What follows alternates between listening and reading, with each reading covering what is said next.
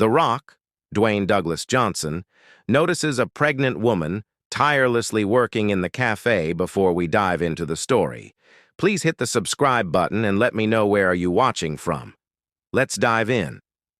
It was a chilly autumn evening in New York City. The streets were alive with the buzz of people rushing home, their coats pulled tight against the crisp wind. Among them, a lone figure walked with a quiet grace, his hands tucked into the pockets of his long coat.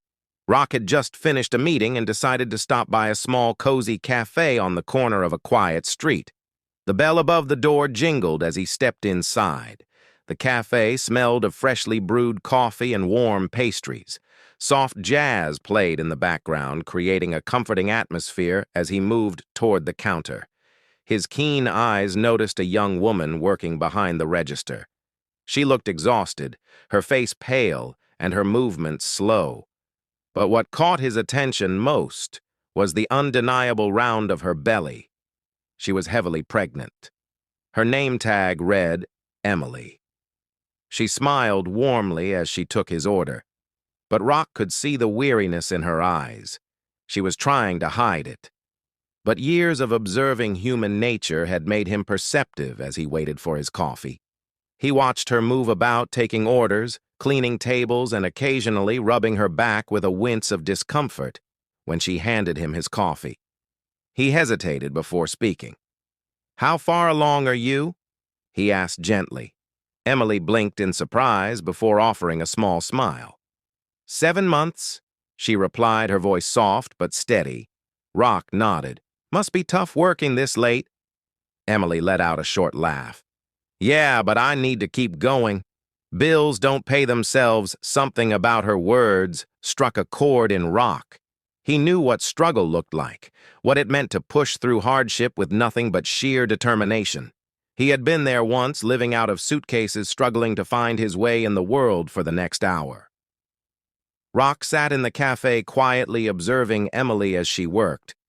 He noticed how she took care of every customer with kindness. Even when she was clearly exhausted, he saw how she stayed patient with an elderly man who took too long to count his change, how she refilled a struggling student's coffee for free, and how she smiled, despite her obvious fatigue. This was a woman with a strong heart. As the cafe began to close, Rock approached the counter once more. "Emily, do you have a moment?" She hesitated but nodded. "Of course, Mr. Reeves." He smiled at her recognition, but waved it off. "Just Rock," he corrected. Then, with a seriousness in his voice, he asked, "Do you have a plan for after the baby arrives?" Emily looked away, suddenly finding the floor fascinating. "Not really," she admitted. "I was hoping to save enough for a few weeks off, but it's been hard." Rock reached into his coat pocket and pulled out a small notepad. He wrote something down and slid it across the counter to her.